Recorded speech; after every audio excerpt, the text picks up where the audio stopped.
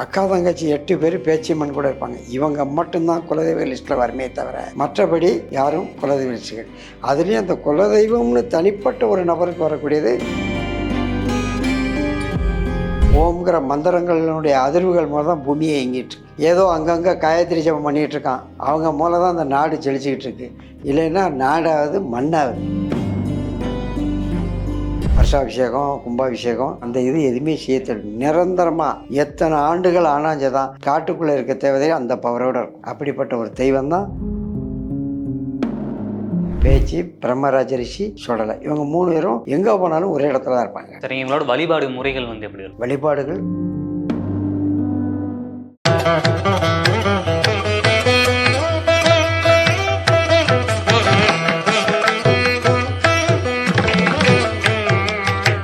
திருவுருவல் TV நேயர்களுக்கு வணக்கம். நான் உங்கள் திருமுருகன். இன்னைக்கு நம்ம பார்க்க போகிற சிறப்பு விருந்தினர் யாருன்னு பார்த்தீங்கன்னா முனைவர் தென்காசி ஈஸ்வரன் சுவாமிகள் ஐயாவை பற்றி தான் பார்க்க போகிறோம். வணக்கம் சார்.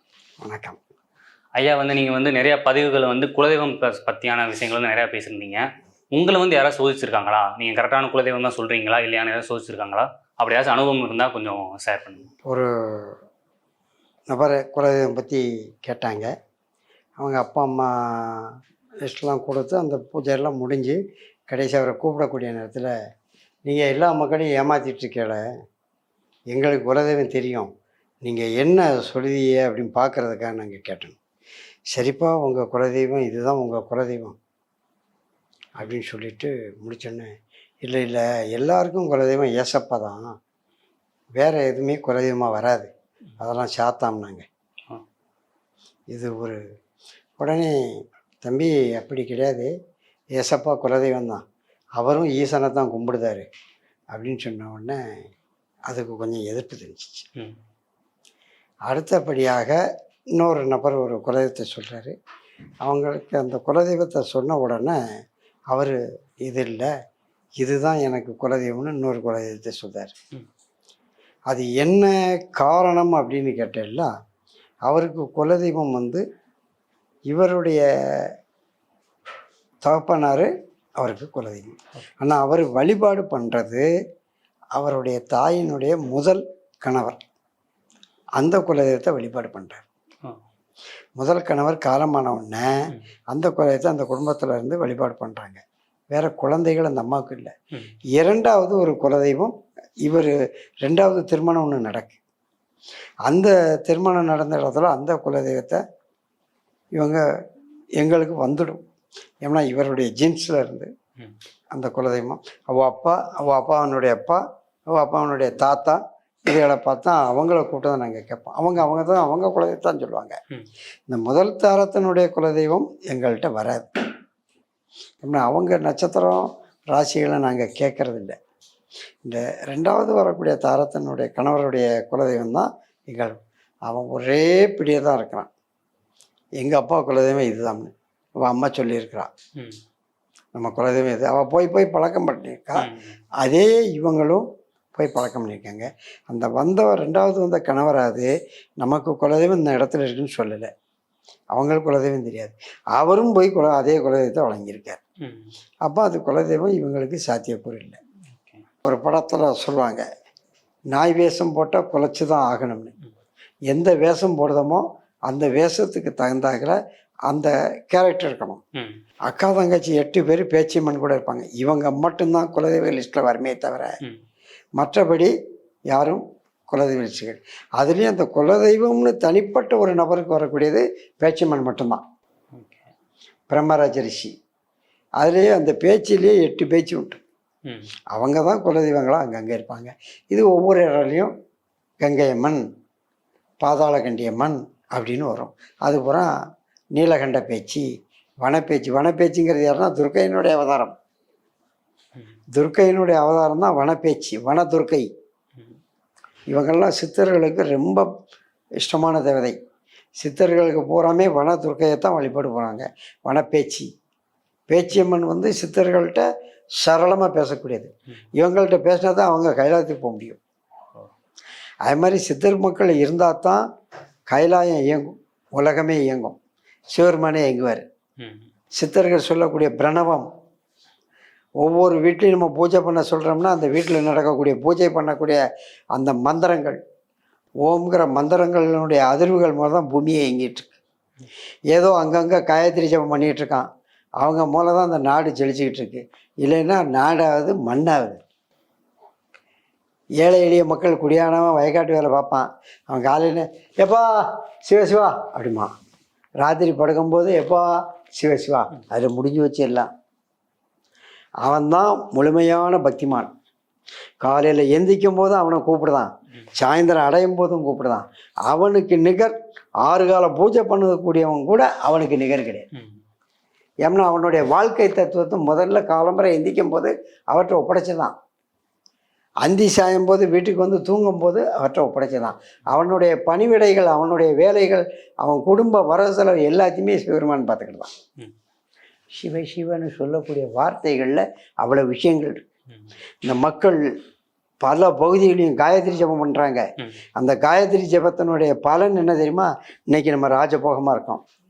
மாலை ஓட்டவர் ஐயப்பா ஐயப்பாங்காரு. அவர் ஐயப்பா ஐயப்பான்னு சொல்ல சொல்ல சொல்ல நாடு நல்லா இருக்கு. அவருக்கு பலன் கிடையாது, நாட்டு மக்களுக்கு. ஆமாம். அரைக்கும் போது அம்மி அரைக்கும்ல, அந்த அம்மிக்கு ஒன்றும் பலன் கிடையாது. அந்த அம்மியில் அரைக்கக்கூடிய மசாலா எடுத்து சாம்பார் வைக்கோம்ல, நம்ம தான் பலன் அனுபவிக்கும். நம்ம கஷ்டங்களை பூரா அவங்க தான் வாங்குவாங்க. அப்படி தான் நானும் சில கஷ்டங்களை வாங்கிக்கிட்டு இருக்கிறேன். பொதுமக்களுக்காக யார் நன்மை செய்கிறார்களோ அவங்க சங்கடங்களை அனுபவிக்கத்தான் செய்யணும்.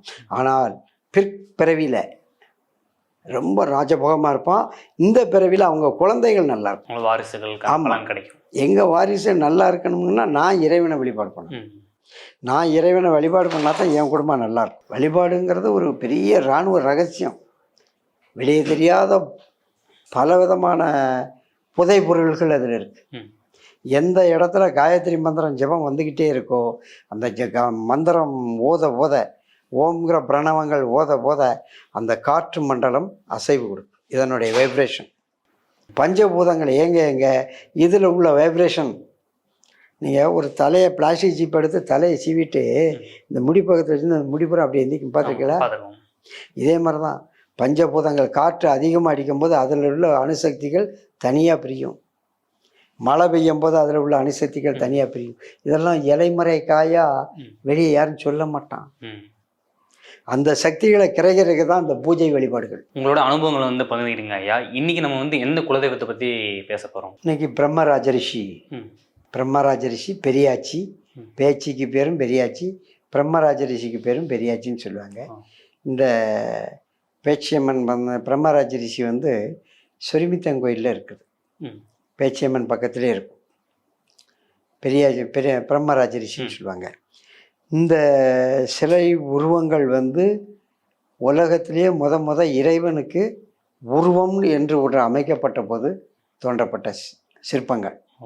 இந்த சிற்பங்களை நீங்கள் நேரில் போய் பார்த்தீங்கன்னா கல்கரைச்சி அப்படின்னு ஒரு பச்சளை இருக்குது. அந்த பச்சளையில் கல்லில் விட்டு அப்படி சுரண்டி எடுக்கப்பட்டது. அதனால் அந்த சிலைகள் இங்கே உள்ள சிலைகள் மாதிரி பளப்பாகவோ முழு முடியாத அளவில் சுரண்டி எடுக்கப்பட்டதுன்னா எப்படி இருக்கும் பார்த்துங்க, அதை மாதிரி தான் இருக்கும் அந்த சிலைகள். அந்த சிலைகளுக்கு மட்டும் கும்பாபிஷேகமோ உள்ள மந்திரத்தை விட வைக்க வேண்டிய தேவையில்லை. ஏன்னா இறைவனே வந்து அப்படியே உருவமாக அந்த இடத்துல இருந்த இடம். அதனால் அவங்களுக்கு வருஷாபிஷேகம் கும்பாபிஷேகம் அந்த இது எதுவுமே செய்ய நிரந்தரமாக எத்தனை ஆண்டுகள் ஆனாஞ்சதான் காட்டுக்குள்ளே இருக்க தேவதை அந்த பவரோடு இருக்கும். அப்படிப்பட்ட ஒரு தெய்வம் தான் பிரம்மராஜியம்மன். பிரமாச்சின்னு சொல்லுவாங்க. சில வீடுகளில் பிரம்மம்மான்னு பேர் இருக்கும். இந்த பிரமாச்சின்னு சொல்லுவாங்க.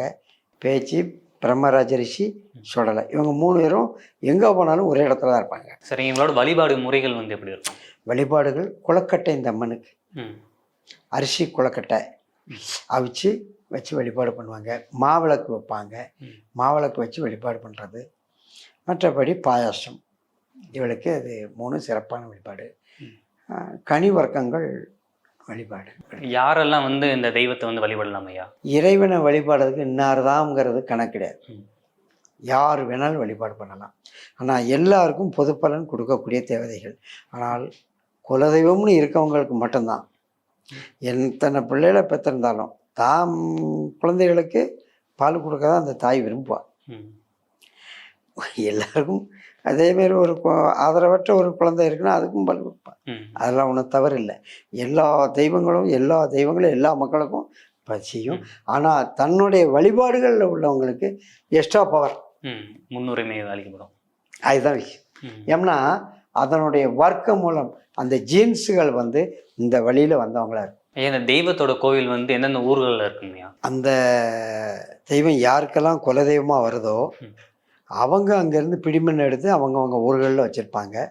அதுபோக சித்தர்கள் எங்கேயெல்லாம் குடியிருந்தாங்களோ அங்கேயெல்லாம் இந்த பேச்சியம்மன் சிலை இருக்கும், பிரம்மராஜ ரிஷி சிலர் இருக்கும், சுடலை சிலர் இருக்கும். ஐயா வெளிநாடுகளில் உங்களுக்கு நிறைய பேர் கிளைண்ட்ஸாக வராங்க, எங்கள் குலதெய்வம் பேர் சொல்லுங்கள், என் குலதெய்வம் பற்றி விஷயங்கள் சொல்லுங்கன்னு.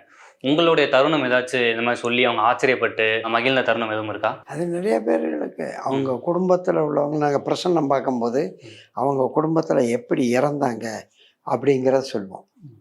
அந்த இறந்தவங்களை இவங்களை சாந்தி பண்ணுன்னு சொல்லுவோம். இந்த சாந்தி பண்ணுறது நாங்கள் அதிலெல்லாம் இறங்க மாட்டோம்.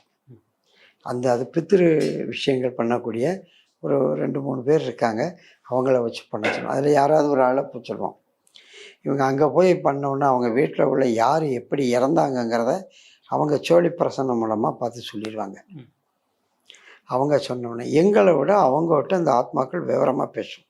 அதை கண்ட உடனே நேராக என்கிட்ட ரொம்ப திருப்தி, ஐயா வழிகாமிச்சு நீங்கள் தான் அப்படின்னு சொல்லி ரொம்ப சந்தோஷப்படுவாங்க. இப்படி பல பேர் நேற்று கூட குகன்னு ஒரு ஆள் பண்ணிட்டு போகிறாரு. அவர் கூட ரவீந்திரன் ஒரு ஆள் வந்தார். ரவீந்திரன் அவங்க தலவாய் மாடன்னு அவங்களுக்கு ஒரு சுவாமி.